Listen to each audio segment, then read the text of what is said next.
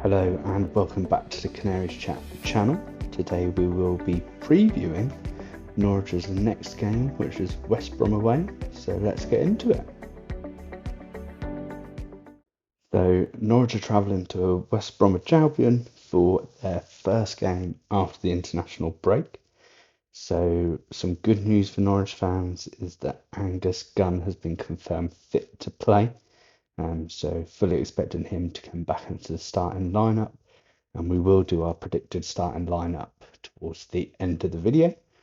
A few other updates that we've got from Thorpe within the press conference today was that obviously Kenny won't be playing. Nunes isn't fit for the West Brom game or the Plymouth game, so we expect to see him back or in the squad for Luton a week on Saturday. Now, in regards to Slimani, Thor mentioned that it may just take a little bit longer to get Slimani up to full fitness. However, I do think kind of the couple of week international break will hopefully benefit us in regards to that.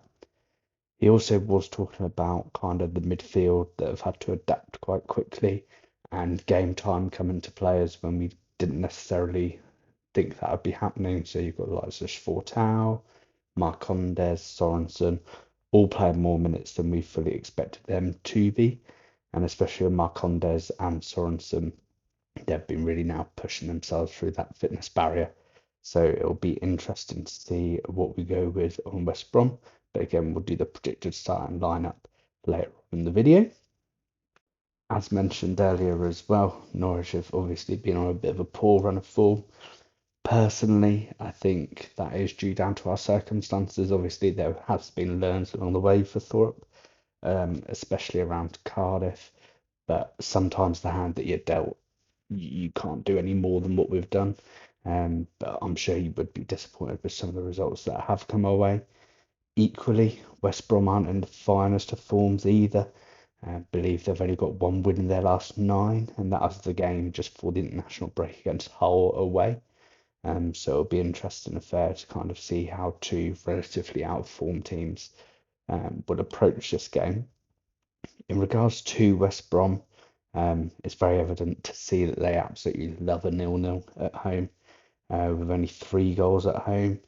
But defensively, they're very solid. I'm not sure on the exact stats in regards to it, but I believe they've maybe conceded the 3rd least goals in the league or in and around there. But similar to us for a few seasons where all our goals seem to come from one player. That player for West Brom is Madger, and he is fit and firing on all cylinders to really kind of push them forwards this year. And I still wouldn't be overly surprised to see them in the top 6 come the end of the season. So yeah, we'll keep an eye on them, but they're definitely, although their goal record maybe doesn't show it, they're definitely a threat at home because ultimately, if you're good defensively, you only need to take the odd goal, and then that's 3 points in the bag. So yeah, it'll be interesting to see how they approach it. But in regards to kind of West Brom fans probably thinking they're playing us at the right time. Obviously, the one thing going for us is that Angus Gunn has returned into the starting 11, so that will make a huge difference. And we do have players returning as well to the squad and to the bench, which I think will really help us look to how to change games in the in-game management. Will hopefully give Thorpe more options. Obviously, we've got Onel coming back, so he does give us an option off the bench, as well as Liam Gibbs being able to bolster that midfield, especially with kind of, I know Kenny will be back and Nunes will be back in a couple of games, but if we ever get in this situation again, we need as many players in there as possible that can really bolster up that midfield. So it's good to see Gibbs return. And lastly, as well, we've got Ashley Barnes returning to the squad. I know some people aren't a fan of sometimes the way that Barnes plays, but he is very good at bringing players into the game. So hopefully that's what he brings into this Thorpe team. But as we're yet to see exactly how Thorpe kind of includes Barnes into that 11 or into that change of tactics where he does come off the bench, sorry, then we'll just wait and see. But I'm really hoping that Ashley Barnes can kind of settle in. But unfortunately, age isn't on his side. When you get big injuries, it's quite hard to come back from. But I'm really hoping that he can help kick on this team whilst Josh Sargent is still injured. In terms of kind of the key battles across the pitch, obviously we've got two of the top goal scorers in the championship, so Sainz and Madja. Madja's obviously going to be up against realistically Duffy and Cordoba, which would be an interesting kind of battle to watch. I think he's very much got an eye for goal, especially around that 6 to 18 yard box. So I think we're going to have to be really kind of on our toes, and he's just a very good instinctive finisher. So that'll be an interesting battle to see. We've also got Sainz against Furlong. So Furlong, kind of statistically, has one man of the match or has been the best player on West Brom's team 3 out of the last 4 games, even when receiving yellow cards. So I think that'll be an interesting match. It's very clear what Sainz's strengths are, and if you can nullify that, it's been shown that you can get a result against us. We've just got to really hope that Sainz brings his A game and that everyone else can support Sainz from that left and give him more options. Because if we can give him more options, it becomes less predictable. And if he's less predictable, it makes it a lot harder for Furlong to try and kind of keep him out of the game. They may even double up on him. Wouldn't be too surprised from that. But yeah, some really key battlegrounds now shown in this game, especially with two top goal scorers in the championship. So yeah, it should be a high scoring game with those two playing, but everything else statistically points to it being a low scoring game. So one of them's got to give. I'm hoping it's not Sainz. I'm hoping Sainz just bangs in a hat trick and we can go away happy 3-0 winners. But we'll have to wait to see if that happens. So looking at the starting 11 for Norwich, I don't think there'll be too many changes, but I think most of the changes would come to the bench. But my prediction would be Gunn in goal, Fisher right back, Duffy, Cordoba, the two centre backs, Doyle left back. I imagine it would be Slimani, Sorensen, and Tau again, with Macondes playing as that kind of false nine, with Sainz and Cernak on the left and right wing.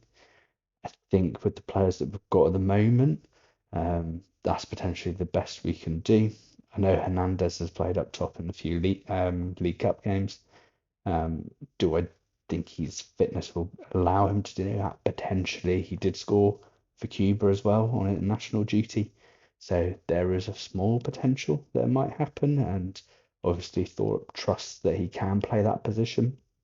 But I think it will just, for me, I think he'll go for the security in Marcondes. Onel provides that explosive ability off the bench and that unpredictability, either whether that's down the wing or more centrally. He does provide that off the bench. I do think that's when he's most effective. But as I said, Thorpe may try and catch West Bromwich Albion off guard. So that could be a potential to play him as the striker. Obviously, I've stated that there will be changes hopefully on the bench. So with the likes of Gibbs, O'Neill, potentially Barnes, I'd like Cade Gordon to really kick on now. I know he had a few opportunities in the starting lineup, didn't necessarily take them. I thought before then he looked quite sharp off the bench. So that's another impact player that we could have. But again, that would be my starting 11, or what my predicted starting 11 would be for that West Brom game. Now, regarding predictions, as I said, one thing's got to give here is either the two top goal scorers in the championship, or it's going to be the statistics of West Brom's home record. I think for me, unfortunately, it will be the two top goal scorers in the championship that will have to give. I could be wrong, it could be an absolute all-timer, but I do think it will be a low-scoring game. So for that reason, I'm going with a 1-0 West Brom win. It goes against kind of everything that I want to believe in. I still think our midfield is slightly light. We hugely miss McLean and we hugely miss Nunes. I think as soon as those two left, you really saw kind of the heart of the team go, not in regards to kind of effort, but just everything that would flow through those two players stopped. And that stopped, in my eyes, kind of the progressive triangles that we are moving through the thirds up the pitch. That had a huge detrimental effect on that. So I think once we get one of those players back, I think that'll really start kind of kicking on the season. We are coming into a very kind of weird period now for Norwich, where actually look at it, we should really be favourites for those games. So we've got West Brom with 1 win and 9. Plymouth haven't won away from home. Luton obviously not in amazing form. Potentially Rob Edwards might have left by then. You never know. QPR haven't won at home yet. Portsmouth, again, similar to Luton, really just struggling in the Championship at this point in time as well. So you'd like to really see Norwich pick up points from those games. Whether that happens, that's a different question, but we should really be aiming to pick up quite a few points there. But let me know your thoughts. Do you agree with the predicted 11, or do you maybe agree with the result? I doubt it if you're a Norwich City fan, but leave a comment down below if you do. Make sure you like and subscribe for more videos, and we'll see you in the next one.